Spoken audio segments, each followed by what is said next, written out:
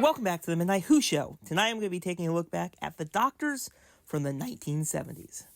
The third Doctor was played by Jon Pertwee from 1970 to 1974.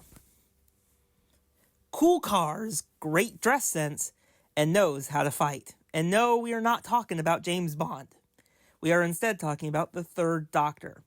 This Doctor was called a dandy by the first Doctor, which does make a lot of sense, as this Doctor did choose to wear a variety of velvety jackets and frilly shirts.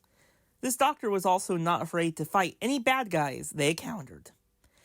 After the events of the War Games, the third Doctor was sentenced to exile on Earth, where they became the scientific advisor to UNIT. This was where the audience re-met Alistair Gordon Lethbridge-Stewart, who is now a brigadier. Mike Yates and Benton were some of the more popular UNIT soldiers featured during this era. UNIT also introduced the Doctor to two of their companions for this era, Liz Shaw and Joe Grant. Reporter Sarah Jane Smith joined the third Doctor for adventures during their last season and stayed into the next era of the show.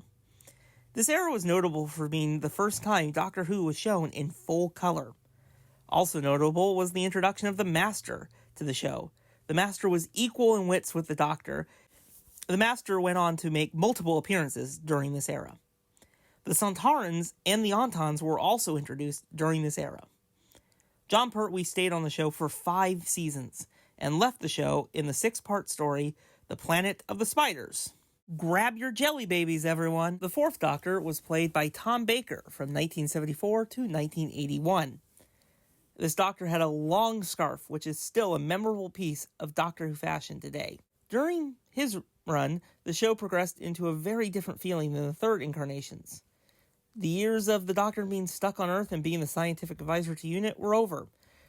The Doctor started to explore different depths of the universe than ever before and encountered a variety of different types of monsters.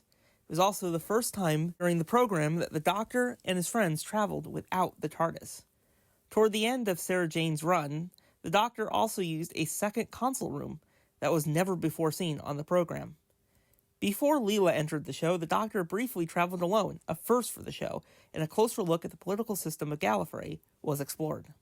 When Leela started their travels with the Doctor, the show entered a gothic horror era and produced some of the best episodes of the fourth Doctor's run.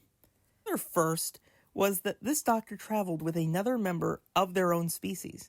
Romana 1 and 2 made for a very different and unique TARDIS team.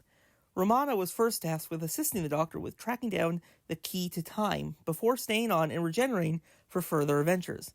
My personal favorites were the City of Death and the later completed Shada. This era was a changing point in Doctor Who. It was a decade of color and exciting monsters. It was also a decade with many different types of episodes, like the Gothic horror era. It wasn't just black and white, base under siege, or historical stories anymore. We'll continue to look back at the fourth Doctor in the next video as we head to the first part of the 1980s.